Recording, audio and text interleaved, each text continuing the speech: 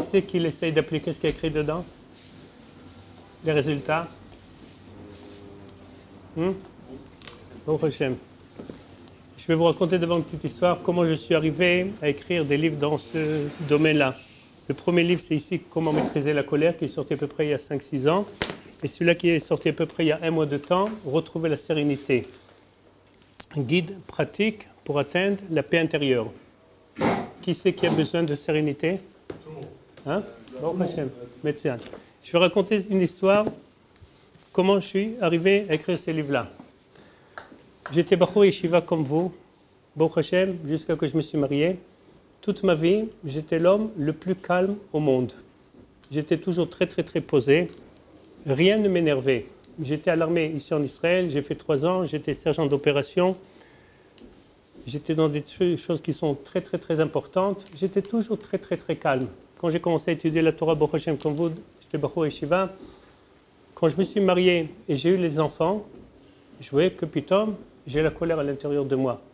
Les enfants, quand quelqu'un, il ne sait pas ce que c'est les enfants, ils peuvent rendre la personne folle. La personne, elle peut devenir mamash fou. Si il ne se prend pas en main, la personne, il trouve que pitom, les enfants l'énervent. Avec la femme, des fois, c'est difficile. Et la personne, des fois, elle peut arriver à des moments qui sont très difficiles. Je me suis dit, je suis obligé d'apprendre dans Chazal, dans la Torah, il y a la réponse à toutes les questions. Je me suis dit, est-ce qu'il y a une possibilité de se calmer, d'être serein? Est-ce qu'il y a une possibilité de se contrôler? Je savais toujours, il y a des phrases de Chazal très belles. Ezeu Gibor, Akovesh et Titzro. Mais comment l'appliquer cette chose-là? Ça veut dire, c'est bien beau, c'est écrit dans Chazal, mais vraiment l'appliquer, comment on fait? J'ai décidé que, Baruch Hashem, je vais rentrer dans ces sujets-là à fond. Ça veut dire, toutes les paroles de Chazal qui m'intéressaient, les domaines que je voulais réparer, je vais essayer de les appliquer dans la vie de tous les jours.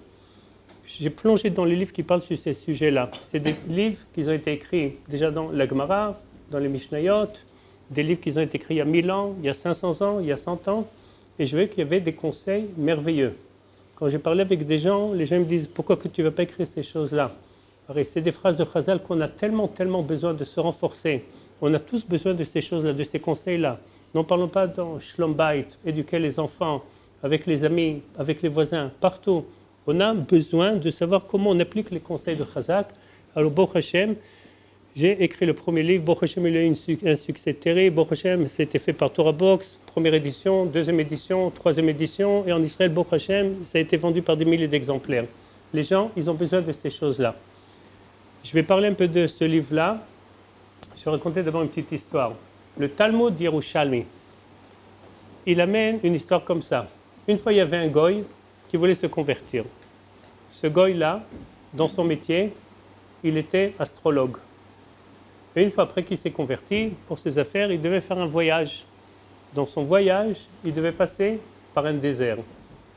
La veille de son voyage, il a décidé de regarder dans les étoiles.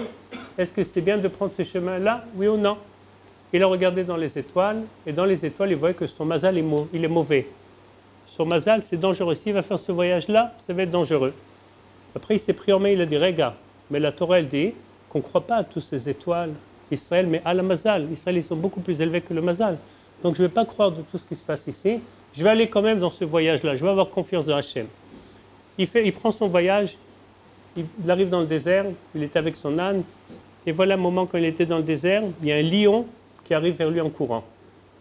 Tout de suite, il descend de son âne, il prend son âne, il le jette vers le lion, et lui, il arrive à se sauver. Le Talmud pose, c'est Gemara Yerushalmi, Masechet Shabbat.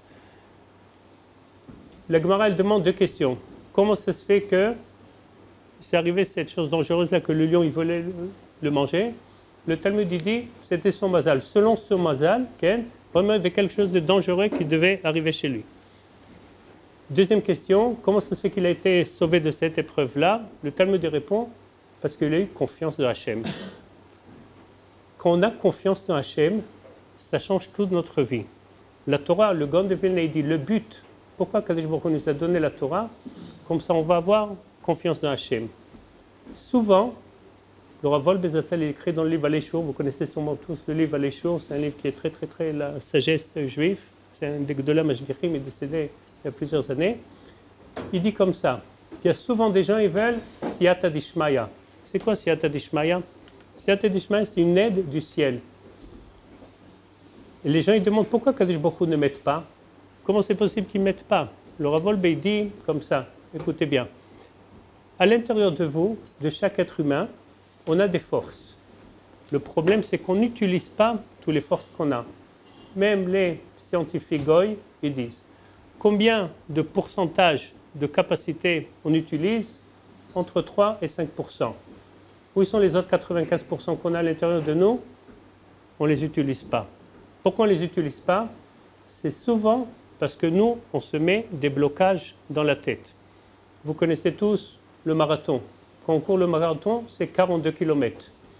C'est un fait qui est très courant. Les gens, quand ils commencent à courir le marathon, au bout d'un moment, ils n'en peuvent plus.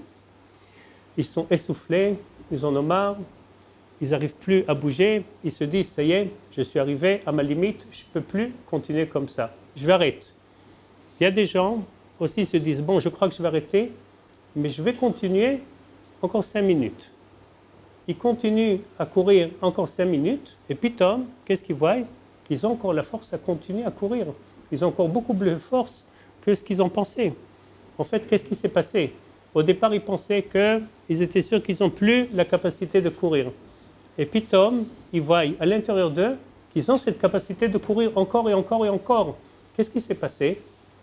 La personne dans sa tête, ça arrive chez tous, on se met des blocages dans la tête. C'est des blocages qui nous freinent complètement. Notre travail, c'est de continuer. Comme cette histoire-là dans le marathon, il y a des gens qui disent « bon, je vais continuer encore 5 minutes », ils continuent à courir encore 5 minutes, et puis Tom, ils voient qu'ils ont une force très grande à l'intérieur d'eux. Ils ont la capacité encore de continuer à courir. La Torah nous raconte 2 histoires, 3 histoires, qui sont, on apprend, le Chafetz Chaim, il apprend de ça un très grand moral dans la vie. Première histoire, c'est avec Yitzhak Avinu. Yitzhak Avinu, il creusait des puits. Chaque fois qu'il creusait des puits, les Palestiniens de l'époque, les Plishtim, ils venaient, qu'est-ce qu'ils faisaient? Ils bouchaient les puits. Ils lui ont mis là-bas du sable, des pierres, ils bouchaient le puits. La Torah elle raconte, encore une fois, il est parti dans un autre endroit, il a creusé un puits, encore une fois, les Plishtim, ils sont venus, et ils l'ont creusé, ils ont bouché le puits. La 3e fois, dans un autre endroit, un endroit qui s'appelait Rehovot, il a creusé un puits. Qu'est-ce qui s'est passé cette fois-ci? Les Plishtim ne sont pas arrivés là-bas, ils l'ont laissé. Et d'ici, il est devenu très riche après, Yitzhak Avinu. Chafetz Chaim dit, pourquoi la Torah nous raconte cette histoire-là? Il a essayé, ça n'a pas marché. Il a essayé dans un autre endroit, ça n'a pas marché, jusqu'à qu'il ait essayé dans un autre endroit, et là-bas, ça a marché. C'est quoi le but de la Torah? Pourquoi la Torah nous raconte? Qu'est-ce qui est tellement important dans cette histoire-là? Il a fait quelque chose, ça n'a pas marché. Il a fait quelque chose, ça n'a pas marché. Il vient le Chafetz Chaim, il a des conseils mamash qui volent de l'or. Il nous dit, vous savez ce que la Torah veut nous enseigner ici? Tu as commencé quelque chose, peu importe, si c'est dans le domaine matériel ou le domaine spirituel, tu n'as pas le droit de baisser les bras. Tu as commencé quelque chose, tu as une envie de faire quelque chose, tu es obligé d'aller avec ça jusqu'au bout. Et les gens, comme on a dit tout à l'heure, le Rav Wolbe, il dit que les gens, pourquoi des fois ils s'arrêtent? Les gens, ils veulent Siyata Dishmaya. Les gens, ils veulent qu'Akadosh Baruch Hu, il va les aider. Akadosh Baruch Hu, il dit, je suis prêt à vous aider.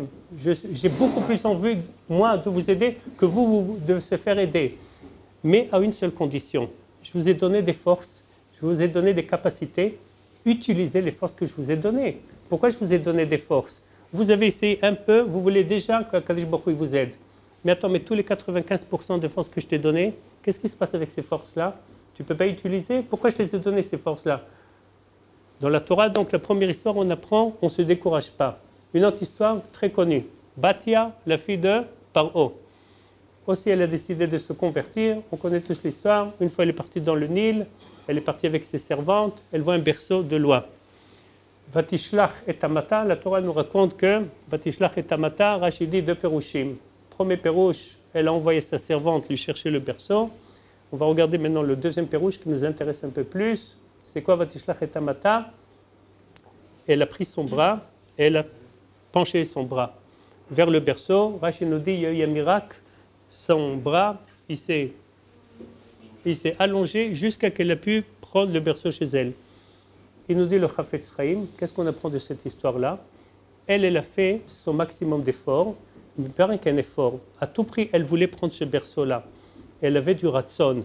Et il faut savoir quelque chose, que quand quelqu'un il a eu un ratson, quand quelqu'un il a une envie pour quelque chose, peu importe, c'est le shidur, c'est la santé, c'est réussir dans le limud Torah, dans les affaires, peu importe dans quoi, quelqu'un qui veut un ratson, on va lui ouvrir les portes.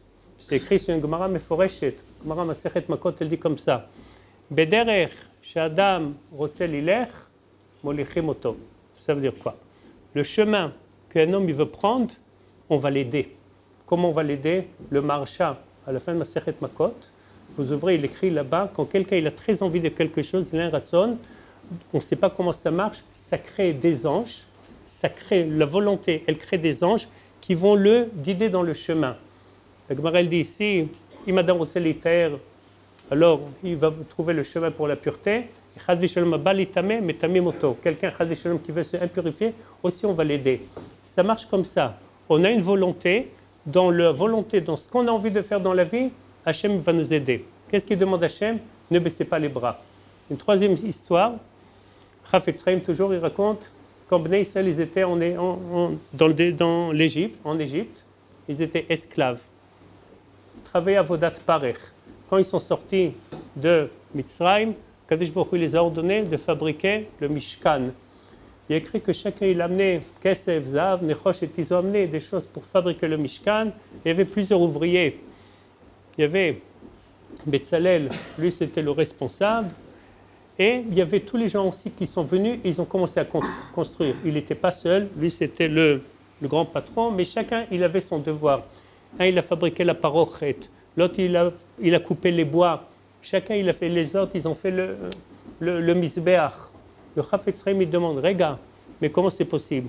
Quand ils étaient en Égypte, quand ils étaient à Mitzrayim, ça c'était Bnei Israël, ils travaillaient à Vodat Parech. Là-bas, ce n'étaient pas des architectes, ce n'étaient pas des adrichal, ce n'étaient pas des gens qui sont atzve pnim, ça veut dire des gens qui savent décorer des choses, fabriquer des choses très très belles. D'où pitom, ils avaient cette capacité de construire ces choses-là. Il vient le Chafetz Chaim, il dit comme ça. Celui qui avait très envie de construire la parochet, comment on dit la parochet, c'est le rideau qu'il y avait dans le Mishkan, alors on l'a aidé à faire la parochet. Celui qui voulait aider à construire le misbeach, on l'a aidé, on mis dans le chemin pour faire le misbeach. Ça marche comme ça. On a une volonté, il ne faut jamais se décourager. Chafetz Chaim dit encore dans un autre endroit. Quand quelqu'un il a décidé de faire quelque chose, tu le fais tout de suite. Ne fais pas attention à tous les blocages. Parce que souvent les blocages, des fois les gens, ils se mettent les blocages eux dans la tête. Comme on a dit tout à l'heure, celui qui court, il n'en peut plus.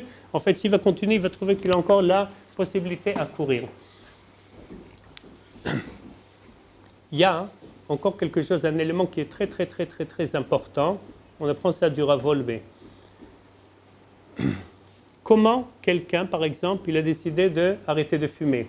Quelqu'un qui a décidé de faire un régime. C'est quoi la phrase la plus qui est connue? La phrase qu'on utilise le plus à Pessah, après Pessah Kasher et sa mère, c'est quoi la phrase qu'on utilise le plus? C'est après les fêtes, on commence le régime. D'accord? Qui c'est qui s'est dit ça déjà? Quelqu'un? Qui c'est qui n'a pas pensé à cette chose-là? Après les fêtes, on commence le régime. Ça passe 2-3 jours et encore une fois, les rogalach et les shawarma et les falafel, les gens, ils n'arrivent pas. Une fois, ils ont fait une statistique, 97 de la population en Israël, ils essayent de faire régime. 97, ils essayent de faire régime, en général, ça ne marche pas. Est-ce qu'on a un conseil dans la Torah, si quelqu'un, par exemple, il veut changer quelque chose dans son attitude, quelqu'un veut changer quelque chose, est-ce qu'il y a un système, il y a un conseil que nos sages disent que ça va marcher? Le Rav Wolbe, toujours dans son livre Aléchour, il dit bien sûr, c'est prouvé d'une Gemara, dans Masechet Nazir, je vais raconter l'histoire. D'abord, pour changer quelque chose, il y a une autre Gemara dans Masechet Brachot d'Avzan, elle dit comme ça. Tova mardut achat belibo shel adam mimea malkuyot. Ça veut dire quoi? Il vaut mieux une bonne révolte dans le cœur de la personne que 100 coups de fouet. Ça veut dire quoi? Quelqu'un il veut changer. Il y a deux possibilités s'il change. Il y a deux possibilités. Soit les gens ils vont dire fais ça. Par exemple, quelqu'un qui fume. Les gens ils vont lui dire arrête de fumer, ils vont le saouler avec ça, arrête de fumer. 100 personnes comme ça, il ne va pas bouger tant qu'il ne va pas se prendre en main. Je vais traduire, quand on a dit la phrase c'est Tova, Mardut Achad Belibo Shel Adam, ça veut dire quoi? Il vaut mieux une bonne révolte dans le cœur de la personne que 100 coups de fouet. Ça veut dire quoi? Quelqu'un il se prend en main, c'est beaucoup plus efficace que si ça va venir d'extérieur. Comment ça se fait que c'est beaucoup plus efficace quand ça vient à l'intérieur de lui, qu'on entend les gens qui vont nous dire fais ça, fais ça, fais ça. Le Chafetz Chaim sur cette Gemara-là, il explique comme ça. Dans chaque être humain, il y a ce qui s'appelle Yetzer HaHitnagdut. C'est quoi Yetzer HaHitnagdut? C'est un penchant de Hitnagdut. Comment on dit l'Hitnaged? De contre. Ça veut dire quoi? Quand quelqu'un me dit quelque chose, automatiquement, je me mets une barrière, lui, je ne l'écoute pas. Il n'est pas sympa, il n'est pas gentil, je ne sais pas s'il veut vraiment mon bien, je ne crois pas qu'il dit la vérité. Quand je vais décider de me corriger, je vais me prendre en main, ce n'est pas lui qui va me dire quoi faire. Souvent, les parents ils nous disent quelque chose, souvent ils nous disent ça rentre ici, ça sort de l'autre côté. Regarde avec les enfants ce qui se passe, on leur parle des milliers de fois. Souvent, l'enfant il fait en général tout ce qu'il a envie. Pour le faire bouger, c'est difficile. Ça, c'est Mea Malkouyot. Ça veut dire ça, c'est 100 coups de fouet, ça veut dire quand ça vient d'extérieur. Mais quand quelqu'un il a décidé de se prendre en main, alors il y a plus ce Yetzer HaHitnagdut. Quand quelqu'un il a décidé, par exemple, d'arrêter de fumer, d'arrêter de manger des choses, du sucre, trop du sucre, peu importe quoi, alors automatiquement, il y a plus ce penchant-là de se révolter, de ne pas écouter. Pourquoi? Parce qu'un homme ne peut pas se révolter contre lui-même. Quand quelqu'un il a décidé de se prendre en main, c'est lui qui va bouger. Là, ça va être efficace beaucoup plus que si des gens d'extérieur ils vont lui dire quoi faire. Chachamim il dit c'est un petit machal. On dit dans les Chadodi Likat Kala, on dit la phrase Hitna'ari me'afar kumi. C'est quoi Hitna'ari me'afar kumi? C'est le chant les Chadodi, Rabbi Shlomo El-Kavetz. Qu'est-ce qu'il dit dans cette prière-là? Il dit à le peuple d'Israël, réveillez-vous, enlevez la poussière qui se trouve sur vous. Chachamim, ils ont dit à machal à quoi ça ressemble? Il y a une poule qui est sale. Comment on nettoie une poule qui est sale? Deux possibilités. Soit on prend un chiffon et plume par plume, on essaie d'enlever toute la poussière, toute la saleté qu'il y a là-bas. Une autre possibilité, c'est qu'on va faire que la poule, elle va sauter. Quand elle va commencer à sauter, toute la poussière qui se trouve chez elle, ça va partir. Pareil, on revient chez nous, ce qu'on a dit tout à l'heure. Quelqu'un il se prend en main, ça va bouger. Mais maintenant, comment on applique cette chose-là? Comment on se prend en main? Une question qui est tellement importante. Comment on arrive à changer des choses qui sont à l'intérieur de nous? Il y a plein de choses que chaque être humain veut changer. Les gens qui réussissent dans la vie, c'est les gens qui changent à l'intérieur d'eux. Il faut savoir toujours que la situation autour de nous, en général, c'est toujours pareil. C'est quand nous, on va changer à l'intérieur de nous, les choses aussi, ils vont changer. Comment on change à l'intérieur de nous? Quelqu'un, par exemple, on prend toujours cet exemple-là, quelqu'un, il va arrêter de fumer. Alors, le Rav Wolbe, il répond dans son livre Aléchour, page Lamedalet, il a tout un chapitre qui s'appelle Yeme Ava ve Yeme Sina. Ça veut dire quoi? Il parle pour les Bachurei Yeshiva que souvent, il y a des hauts et il y a des bas. Il y a des hauts, ça veut dire des fois on se sent impeccable. Dans la tefila, on arrive bien prier, on arrive bien à étudier. Avec les amis, ça marche très bien, l'étude, tout va bien. Et des fois, il y a une chute. Complètement, il y a une chute. Il parle à ce sujet-là. Dans ce chapitre-là, il dit comme ça, qu'est-ce qui se passe s'il y a un jeune, au milieu de son limoud, ou peu importe, quelqu'un qui étudie la Torah, quelqu'un au milieu de son étude de Torah, il décide de fermer le livre et faire un tour dehors. Dehors, il fait bon, il fait agréable, on entend les oiseaux, il y a un bon air. Et si on est enfermé dans le Beth Midrash, il a très envie de fermer le livre, se promener bachutz, dehors. Qu'est-ce qui se passe à l'intérieur de lui? Alors ici, c'est une personne que il a décidé que maintenant c'est le moment d'étude. Comment ça se fait que maintenant il a cette envie-là de fermer le livre, de sortir dehors? Ça veut dire qu'à l'intérieur de lui, il ne s'est pas convaincu que la Torah c'est important. La Torah qui aime chayenu ve'orech yamenu. Il ne s'est pas convaincu encore que la Torah c'est notre vie. C'est tout ce qui se passe. On est là pour l'étude de la Torah.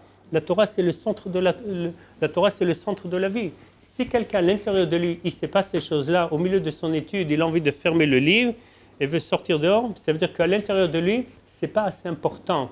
Il y a le mouda et il y a le tat-mouda, le conscient et le subconscient. Okay? Je vais utiliser en hébreu le terme mouda, le tat-mouda. Le tat-mouda, c'est ce qui se passe à l'intérieur de nous. Comme par exemple quelqu'un, il doit faire un voyage le lendemain matin. Il doit se réveiller très très tôt à 4 heures du matin. Il n'a pas de réveil, il n'a pas de portable. S'il va se dire dans la tête, demain à 4 heures du matin, je suis obligé de me lever. Et il n'a pas de réveil, il n'y a personne qui pourra le réveiller. Est-ce qu'il va se réveiller ou non? Oui. Pourquoi il va se réveiller? Parce qu'il va pas dormir. Non, il peut dormir et quand même ça, hein, c'est tellement important, il sait que c'est obligé, il a donné une pkouda, ça veut dire il a donné un ordre, demain, peu importe ce qui se passe, 4 heures du matin, je me lève. Ça, c'est dans le tat-mouda. Donc, on a une possibilité de lui donner des pkoudot, ça veut dire on a une possibilité à l'intérieur de nous de donner des pkoudot, ça veut dire des ordres. Donc, c'est quoi la meilleure façon, maintenant, comme on a dit, Ken, pour réveiller les forces à l'intérieur de nous? C'est quoi la meilleure tactique pour convaincre le tat-mouda qui se trouve à l'intérieur de nous? Il vient le Rav Wolbe et dit, la meilleure des choses, c'est de faire un dialogue avec soi-même, comme si qu'on est dehors de nous. On se parle comme si qu'on est dehors de nous. D'abord, il faut savoir que la parole, la bouche, c'est un cli extraordinaire.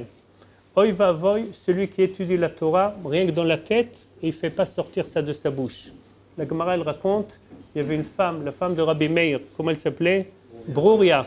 Une fois, elle a vu un érudit, un chacham, il était en train d'étudier rien que dans la tête, sans sortir ça, les paroles de la Torah dans sa bouche. Elle est venue, elle lui a donné un coup de pied. Brouria a donné un coup de pied à ce chacham. Elle lui dit, c'est comme ça qu'on étudie la Torah? Chaim hem lemotza ehem. La Torah, c'est une vie pour celui qui fait sortir les paroles de la bouche. Pourquoi c'est tellement important de parler et pas garder tout dans la tête? Quand on parle, les choses deviennent claires. Quand on a lu Parashat Hashavua, Lot isna et achicha bilvavecha, ocher tocheach et amitecha. Tu n'as pas le droit de haïr ton ami, ton frère. Ocher tocheach, ça veut dire qu'il faut lui faire une reproche.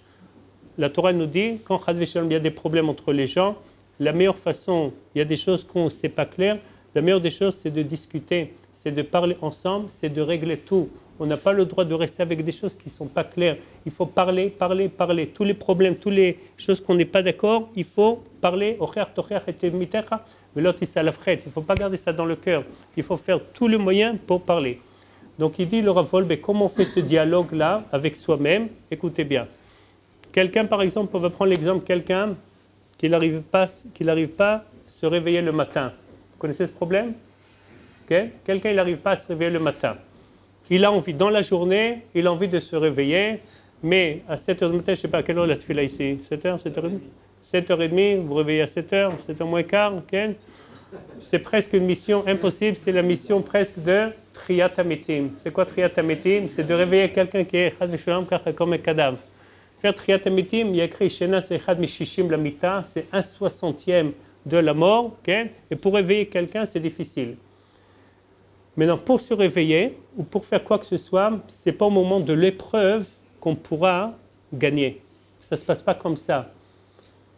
Quand quelqu'un il va dans la guerre, si ce n'est pas préparé à l'avance, il a toutes les chances de rater. Ça se prépare à l'avance. Un soldat, avant de l'envoyer à la guerre, on lui fait des entraînements. Quelqu'un, par exemple, qui veut se réveiller, le matin, s'il va faire cet exercice-là, vous allez voir comment ça marche. À 7 h moins quart, le réveil sonne. Il entend, d'habitude, il a l'habitude de donner un bon coup de caresse sur le réveil et continue à dormir, il tourne la tête de l'autre côté. Mais maintenant, s'il veut vraiment changer à l'intérieur de lui, qu'est-ce qu'il doit faire? Yitzhak Takoum, réveille-toi. Oh là là, je suis fatigué, je n'ai pas encore récupéré tous les heures de sommeil que j'ai besoin. Yitzhak, qu'est-ce qu'on a dit hier? La personne, elle doit se parler à lui-même, pas dans la tête, dans les lèvres. Se parler, vous allez voir, c'est un exercice. Ce n'est pas le Rav Shai qui va venir vous réveiller, c'est vous-même que vous allez vous prendre en main, vous allez voir comment vous allez changer. Alors, Yitzhak, tu te réveilles? Oui, mais peut-être je dors encore 5 minutes parce que maman, 5 minutes encore et je me réveille. Bon, Nagid, ça passe encore 1 minute, ça y est, Yitzhak, tu as décidé? Oui, mais je n'arrive pas, je suis tellement fatigué, je suis sûr que si je vais dormir encore, je vais avoir une bonne journée. Yitzhak, tu sais que c'est un conseil du Yetzer Hara? Oui, mais je suis très fatigué, en plus, si je vais avoir la tête propre, alors je pourrai étudier mieux la Torah. Shma tata bait silut, la Gemara dit, ça veut dire pour étudier, on a besoin d'avoir la tête tranquille. Yitzhak, tu te réveilles? Non, j'ai pas envie, peut-être tout à l'heure. Yitzhak, alors tu sais quoi, on va faire chetzi chetzi.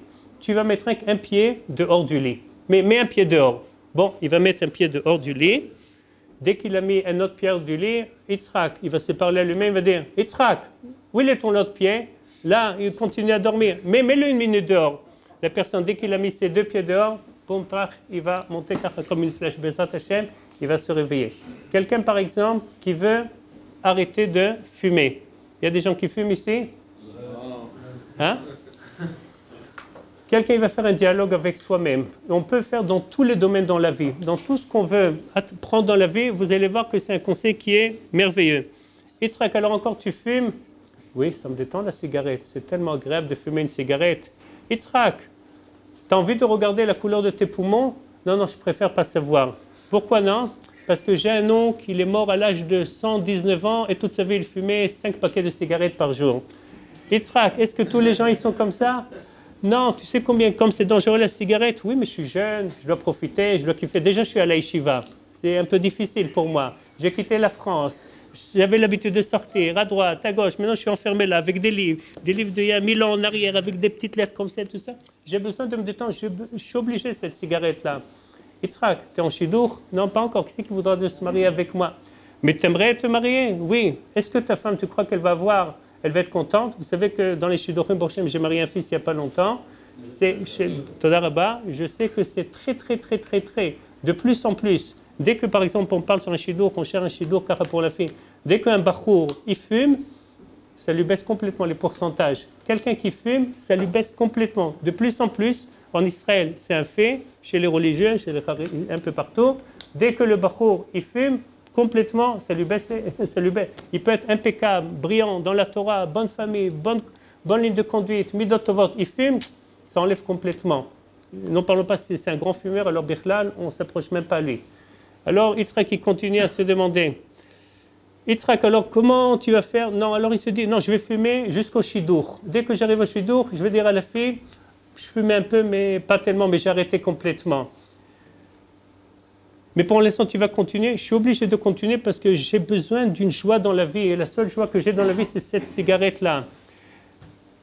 La personne, elle doit se faire un dialogue comme ça. S'il n'est pas, ça veut dire s'il est assez costaud, il ne va pas avoir de celui de se demander à lui-même des questions un peu plus élevées. Yitzhak, tu crois que ta femme, elle va supporter quelqu'un qui fume? Des enfants de Bezat Hashem, tu vas avoir des enfants. Tes enfants, ils vont être contents quand ils vont savoir que leur papa, il fume. Ouais, de temps en temps, ça ne va pas déranger. Yitzhak, tu sais quelle odeur, il y a quelqu'un qui fume sans arrêt, tu sais quelle odeur il a dans sa bouche? Tu t'es approché une fois de quelqu'un qui fume la cigarette? Oui, mais je suis obligé d'avoir une certaine détente, je ne peux pas sans arrêt dans les livres et tout ça, je suis obligé. Comment je vais me détendre alors? Tu essaies de faire un peu du basket ou faire de la marche? Tu as essayé un peu de faire du sport?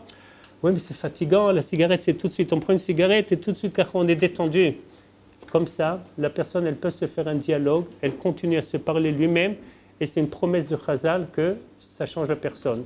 Quelqu'un, par exemple, il a l'habitude de se remplir les assiettes, il aime manger. Son kiff, c'est de manger. Son plaisir, c'est le manger. Une fois, le Baal Shem Tov, il a montré à ses élèves quelqu'un qui était dans un repas de Shabbat. Okay? Il était habillé avec les habits de Shabbat, mais il avait une figure d'un taureau. Alors les élèves ils lui ont demandé, c'est quoi ça? Un taureau qui a des habits de Shabbat, il est en train de manger. Il a dit, oui, si quelqu'un, toute sa tête, c'est dans la viande, ça rentre dans sa neshama, ça veut dire la marshava, hein, le Baal Shem Tov, il a dit comme ça. Adam, al-ma shu choshev, ze'ef zekacha unimtsa. Ma sh'adam choshev, ze'ef shu nimtsa. Par exemple, quelqu'un qui se trouve dans la tfila, il est dans la mida. Sa tête, elle est sur les Champs-Élysées. Où il se trouve la personne? Dans la tfila ou sur les champs? Où il se trouve? Comment ça marche? Le corps, il est là. La neshama, elle est là-bas. L'imagination, le diman, il est là-bas. Le Baal Shem Tov, il a dit, ce qu'on pense, c'est ce qui se passe. Si cette personne-là, sans arrêt, pensait Shabbat, de manger de la viande, c'est comme un taureau, il habille avec des habits de Shabbat. Mais c'est ça ce qui se passe quand quelqu'un il a une tava, il a un désir pour quelque chose, ça rentre, ça lui influence la neshama. Je vais donner encore un petit conseil qui est très très beau, qu'on peut l'appliquer dans la vie de tous les jours. Parashat Vaïgash. Parashat Vaïgash, vous connaissez, c'est l'histoire avec Yehuda et Yosef. Il y a écrit que Yosef, il a caché la coupe dans la sacoche de Binyamin, et quand ça a été attrapé, ils ont trouvé que c'était attrapé dans le sac de Binyamin. Alors Yosef, il a dit à tout le monde, la personne où on a trouvé la coupe, il va rester ici, en prison, et vous partez où vous voulez. Tous les frères partent où vous voulez. Et la parashat, tout de suite après, c'est la parashat Vaïgash, elle commence comme ça, Vaïgash et la Yehuda. Yehuda, il est venu parler à Yosef. Le but de Yehuda, c'était que Yosef, il va pardonner Binyamin. Lui-même, Yehuda, il préfère que lui, il va rester en prison à la place de Binyamin. Mais surtout que Binyamin, on ne le met pas en prison, oh, il va avoir, si on le met là-bas, comment on va casser, on va briser le cœur de leur papa, Yaakov. Tous les commentaires, ils disent, c'est quoi en hébreu le mot Vaïgash? C'est quoi Vaïgash? Hein? C'est quoi Vaïgash? Non? Comment? Rapprocher, très bien. Vaïgash, la geshet, c'est se rapprocher. Les commentaires, ils disent, Yehuda, okay, il s'est rapproché vers Yosef pour lui parler. À part, tous les commentaires, ils disent ça, à part, il y a un commentaire, vous connaissez tous, Or HaChaim HaKadosh. Or HaChaim HaKadosh, vous allez voir quelle ruse il a utilisé ici, Yehuda, quelque chose qu'on peut l'appliquer dans la vie de tous les jours. Yehuda, il voulait convaincre Yosef, il ne savait pas que c'était Yosef. Lui, il croyait que la personne là-bas, c'est le bras droit de Paro. Donc lui, il pensait qu'il voulait le convaincre qu'il va pardonner à Binyamin. Qu'est-ce qu'il a fait Yehuda? Vaïgash, Or HaChaim HaKadosh, ça veut dire quoi? Dans son cœur, il savait qu'il voulait influencer Yosef. Alors il s'est dit, Yehuda c'est un grand psychologue. Qu'est-ce qu'il a fait? Dans son cœur, il s'est rempli d'un amour terrible pour cette personne là-bas, Yosef. Pourquoi il s'est rempli d'un amour terrible? Il savait que quand on veut influencer quelqu'un, la meilleure des choses à faire, c'est de se remplir d'un amour pour telle personne. C'est un verset qui va se dire plus tard dans les années par le roi Shlomo. Le roi Shlomo, il a dit un verset qui dit comme ça, Kamaim hapanim lapanim, ken lev adam la adam. Ça veut dire quoi? Quelqu'un qui va dans une rivière, il se regarde dans la rivière, la figure qu'il va faire, alors c'est ce qu'il va voir dans la rivière. S'il fait un sourire, il va voir un sourire. S'il va voir quelqu'un qui fait la tête, alors il va voir quelqu'un qui lui fait la tête. Alors, pareil, ken lev adam la adam. Quand on veut influencer quelqu'un, on est en accrochable avec quelqu'un, on veut influencer quelqu'un. Chazal, ils nous disent, voilà un bon conseil. On se remplit d'un amour pour telle personne et automatiquement la personne, il va nous redonner l'amour. C'est quelque chose qui est très très très connu. Quand on étudie par exemple la Torah avec les enfants, vous allez tous mariés, des papas avec des enfants, vous allez voir. C'est quoi la meilleure façon d'influencer un enfant? La meilleure façon, c'est de s'approcher à côté de lui et lui verser des seaux d'amour sur lui. Quand dans notre cœur, on se remplit d'amour pour l'enfant, automatiquement, l'enfant, sans même faire attention, il nous redonne l'amour. Yehuda, alors qu'est-ce qu'il a fait? Il s'est rempli d'un amour terrible pour Yosef. Il savait que quand on se remplit d'amour pour quelqu'un, automatiquement, ça va lui influencer. Et donc, c'est ce qui s'est passé à la fin. Bezrat Hashem, dans ces livres-là, Baruch Hashem, c'est rempli des conseils de Chazal, c'est des citations, c'est des explications, comment on peut appliquer des conseils merveilleux pour la vie de tous les jours. Bruchim tiyu, shi'e b'atzlacha bakol. Bezrat Hashem. Bruchim tiyu.